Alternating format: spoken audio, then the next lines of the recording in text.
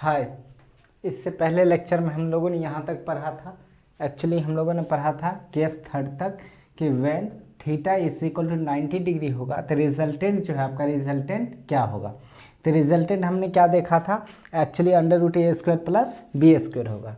But सोचिए अगर इस केस में अगर हमें डायरेक्शन फाइंड करना हो, क्या फाइंड करना होता है, डायरेक्शन।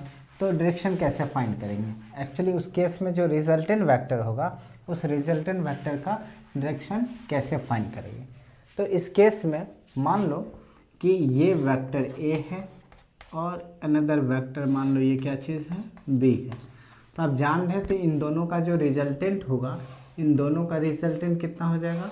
तो इन दोनों का रिजल्टेंट क्या आता था, इनके ठीक डायगोनल रिप्रेजेंट करता था इनके रिजल्टेंट को।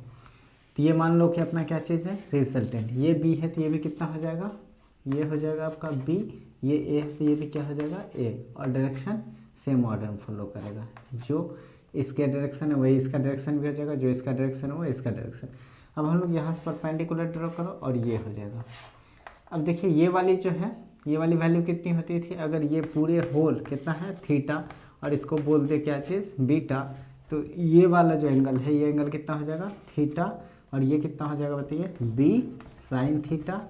और ये क्या हो जाएगा, बी कॉस थीटा। इस तरह से अब अगर क्या नाम है आपको इस केस में अगर सोचिए कि अब ये वेक्टर तो हमने ऐसे किया, ये होता था, बट ये वेक्टर जो है बी, ये थीटा एंगल पे नहीं इंक्लाइन हो करके अगर ये वेक्टर क्वांटिटी कितना पे हो जाए, ये ए और ये कितना है बी, अगर ये दोनों एक दूसरे के 90 डिग्री पे अगर इंक्लाइन हो तब रिजल्टेंट वेक्टर जो होगा कुछ ऐसा हो जाएगा। देखिए रिजल्टेंट वेक्टर जो होगा डायगोनल ही होगा और कैसे होगा, इसका ठीक बीचों बीच आएगा इस तरह से। ये हो जाएगा इसका रिजल्टेंट हो जाएगा। और कितना का एंगल बना रहा है ये, 90 का। इस एंगल को कंसीडर कर लो क्या चीज़, बीटा। ये बीटा कितना का होगा, ठीक। ये बी है तो ये भी कितना हो जाएगा बताइए, बी। और ये कितना ए, तो ये भी हो जाएगा ए।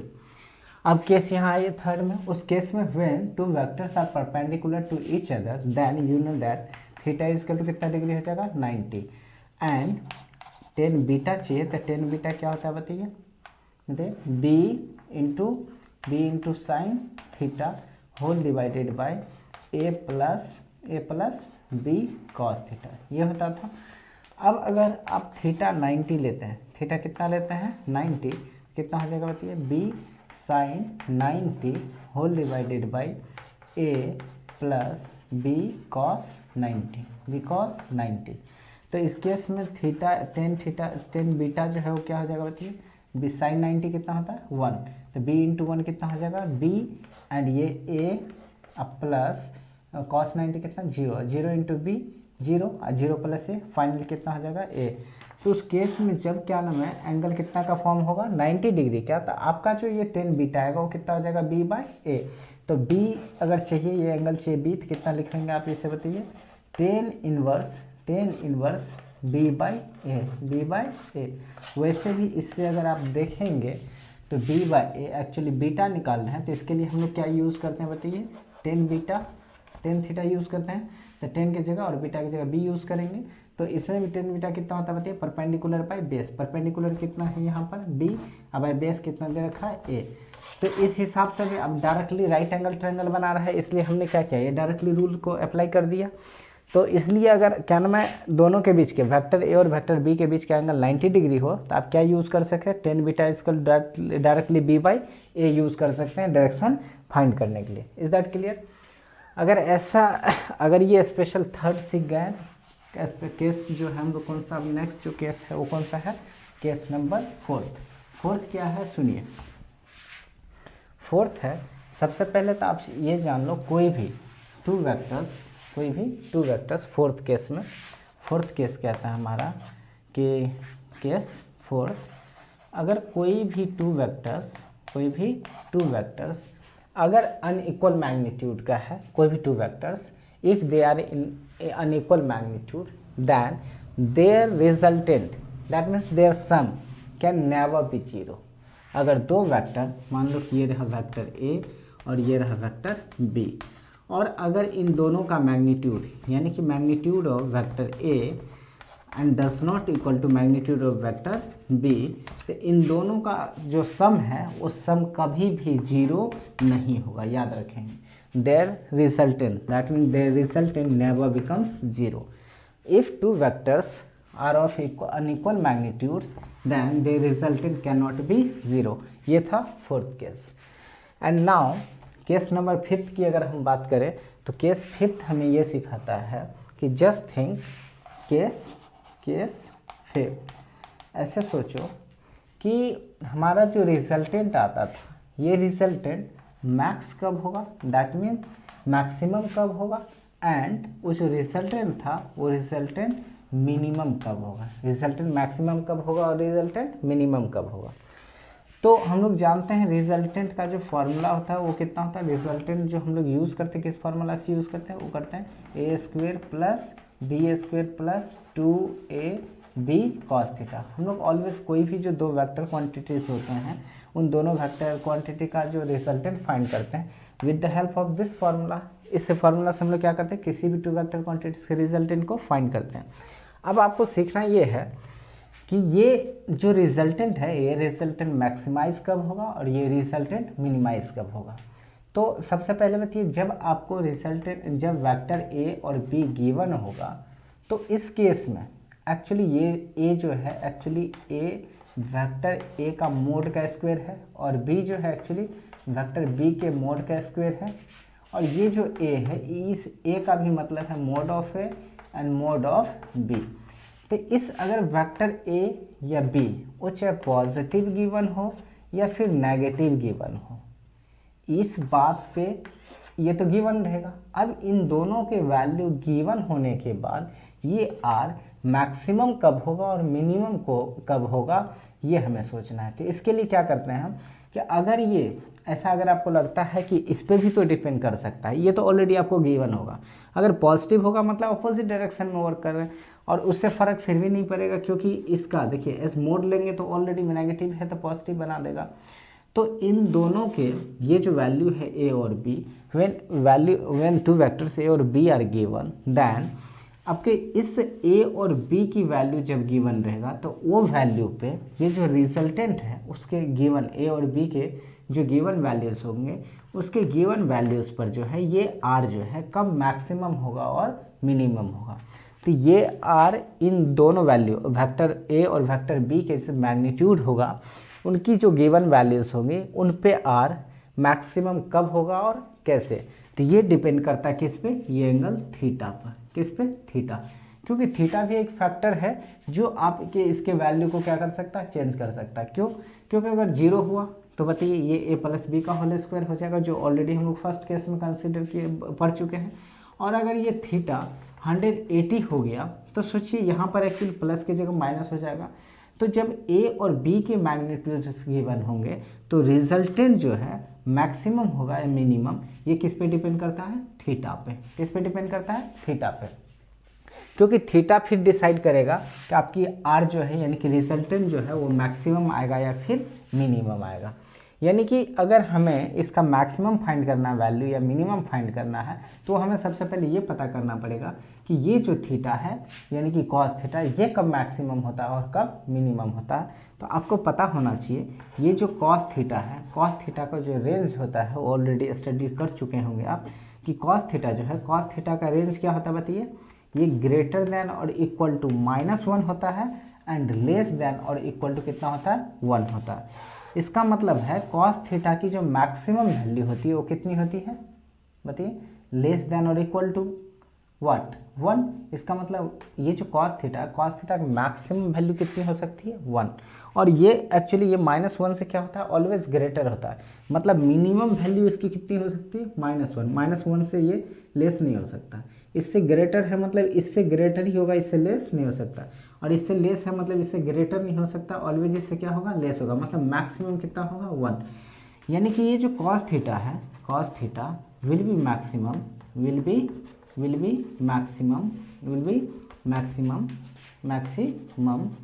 व्हेन क्या चीज़, व्हेन कॉस थीटा कितनी होनी चाहिए, कॉस थीटा की वैल्यू कितनी होनी चाहिए, +1। And cos theta will be minimum. Cos theta क्या चीज़ हो जाएगा, विल बी मिनिमम व्हेन कब, when cos theta is equal to कितना होना चाहिए बताइए, -1। यानी कि कॉस थीटा होगा मैक्सिमम कब, जब इसकी वैल्यू कितनी होती है +1, और कॉस थीटा कितनी होगी मिनिमम, जब कॉस थीटा की वैल्यू कितनी होती है -1। And we know that cos theta जब क्या नाम है 1 होता है, कॉस थीटा कितनी होती है बताइए, कॉस थीटा 1 तब होता है जब थीटा की वैल्यू कितनी होती है बताइए 0 डिग्री, +1 तब होता है जब कॉस थीटा की वैल्यू कितनी होती है 0 डिग्री। एंड ये जो कॉस थीटा है, कॉस थीटा की वैल्यू माइनस कब होती है, जब थीटा की वैल्यू कितनी होनी चाहिए 180 डिग्री, कितना होता है 180 डिग्री। और ये 0 डिग्री वाले केस और 180 डिग्री वाले केस दोनों हम क्या कर चुके हैं, स्टडी कर चुके हैं। इसका मतलब है कि अगर हमें इस थीटा को मैक्सिमम करना है, यानी कि ये जो रिजल्टेंट है हमारा, रिजल्टेंट कितना था बताइए, रिजल्टेंट क्या था a² plus b² plus 2ab cos theta, 2ab cos theta. यानी कि r मैक्सिमम तब होगा जब cos थीटा की वैल्यू कितनी होनी चाहिए प्लस, और cos थीटा का वैल्यू +1 तब आता है जब थीटा कितनी होनी चाहिए 0 डिग्री। मतलब क्या बोलेंगे आप, r क्या चीज़, r will be maximum, r क्या हो जाएगा मैक्सिमम कब, when बताइए when cos theta is equal to बताइए +1 and cos theta will be बताइए maximum when theta is equal to how much 0 degree.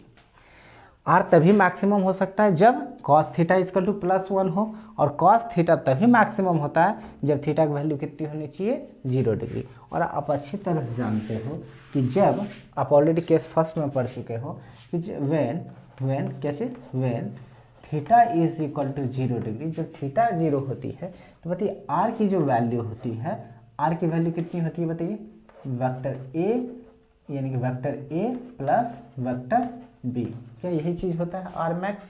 अब इसके मैग्नीट्यूड की बात कीजिए तो इसका मैग्नीट्यूड जो है ये कब मैक्सिमम होगा बताइए, जब थीटा 0 होता है। और जब थीटा 0 होता है रिजल्टेंट आपका क्या निकल के आ जाता है ये, इसका मतलब है ये जो है आर मैक्स होगा कब, जब एक्चुअली ये जो है डायरेक्टली वेक्टर ए और वेक्टर बी दोनों के दोनों एक्ट करेंगे इसके सेम डायरेक्शन में। कब मैक्सिमम होंगे, जब वेक्टर ए और वेक्टर बी दोनों के दोनों सेम डायरेक्शन में एक्ट करेंगे, तब जा करके आपकी ये जो रिजल्टेंट वेक्टर है इस ए और बी के गिवन वैल्यू पे ये क्या चीज़ हो जाएगा मैक्सिमम।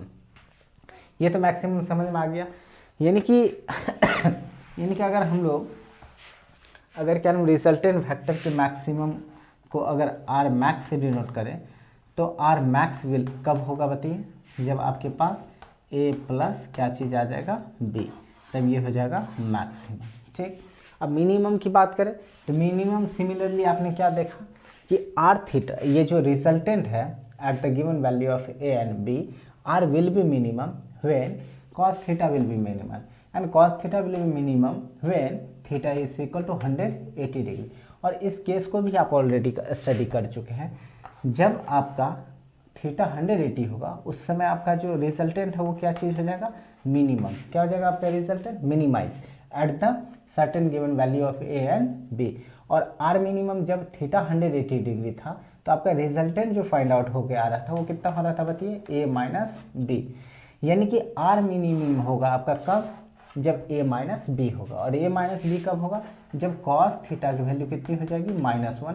और कॉस थीटा -1 कब होता है, जब थीटा की वैल्यू कितनी होती है 180 डिग्री। और ये कब होता है, जब cos theta is equal to कितना हो जाता है बताइए +1। और कॉस थीटा +1 तब होता है जब थीटा की वैल्यू कितनी होती है बताइए 0 डिग्री। तो ये दो केसेस हैं जिसमें आपका आर मैक्सिमम होगा और आर क्या होगा मिनिमम। अब इससे आर मैक्सिमम तब होगा जब ए प्लस बी होता है, और आर मिनिमम तब होता है जब ए माइनस बी होता है। इसका मतलब आपके पास इन दोनों को अगर एक साथ मिलाए तो आपके पास एक्चुअली रिजल्टेंट वेक्टर जो है इसकी आपकी रेंज मिल गई। रिजल्टेंट वेक्टर जो है इसका क्या मिल गया आपको, एक्चुअली रेंज मिल गया। यानी कि ये जो रिजल्टेंट है, यानी कि resultant always lies between A plus B and A minus B. इसकी मतलब ये मिनिमम वैल्यू है, मतलब इससे छोटी वैल्यू हो ही नहीं सकती है रिजल्टेंट की, और इससे छोटी वैल्यू नहीं हो सकती। इसका क्या मतलब है कि ये जो रिजल्टेंट है ऑलवेज ग्रेटर देन और इक्वल टू, यानी कि क्या चीज़ बताइए, आर मिनिमम। क्या चीज़ हो जाएगा, आर मिनिमम, यानी कि आर मिनिमम इससे तो छोटी रिजल्टेंट हो ही नहीं सकती, और ये मैक्स है मतलब इससे बड़ी नहीं हो सकती, इससे क्या होगी, ऑलवेज छोटी होगी आर मैक्स से, यानी कि R is always less than equal to R max and greater than equal to R minimum. और इस रिजल्टेंट को अगर इस टर्म में लिखें तो आर मिनिमम कब होता है, जब a माइनस बी होता है, यानी कि a माइनस बी, यानी कि इस चीज़ को अगर ऐसे लिखें तो रिजल्टेंट जो होगा, ये रिजल्टेंट ऑलवेज ग्रेटर दैन और equal to a minus B and always मतलब less than equal to a minus A plus B. इसी चीज़ को आप ऐसे भी लिख सकते हैं, वेक्टर a और वेक्टर b, इसके मोड का माइनस ले लीजिए, ठीक ना, ये इस तरह से, ये ऑलवेज इससे ग्रेटर देन और इससे क्या हो जाएगा बताइए, इससे क्या हो जाएगा, इससे लेस देन हो जाएगा, इससे क्या हो जाएगा, लेस देन, यानी कि आर ऑलवेज, ये जो रिजल्टेंट वेक्टर है ये always greater than magnitude of vector A minus magnitude of vector B and less than equal to magnitude of vector A plus magnitude of vector B.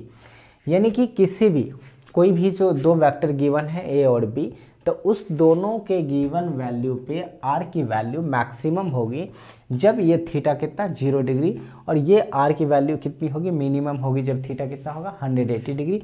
और इन दोनों case को मिलाएंगे तो ये जो आर है, R always lies between A plus B and A minus B, यानी कि इन दोनों के बीच में ही ऑलवेज ये आपका रिजल्ट वेक्टर क्या करेगा, लाई करेगा।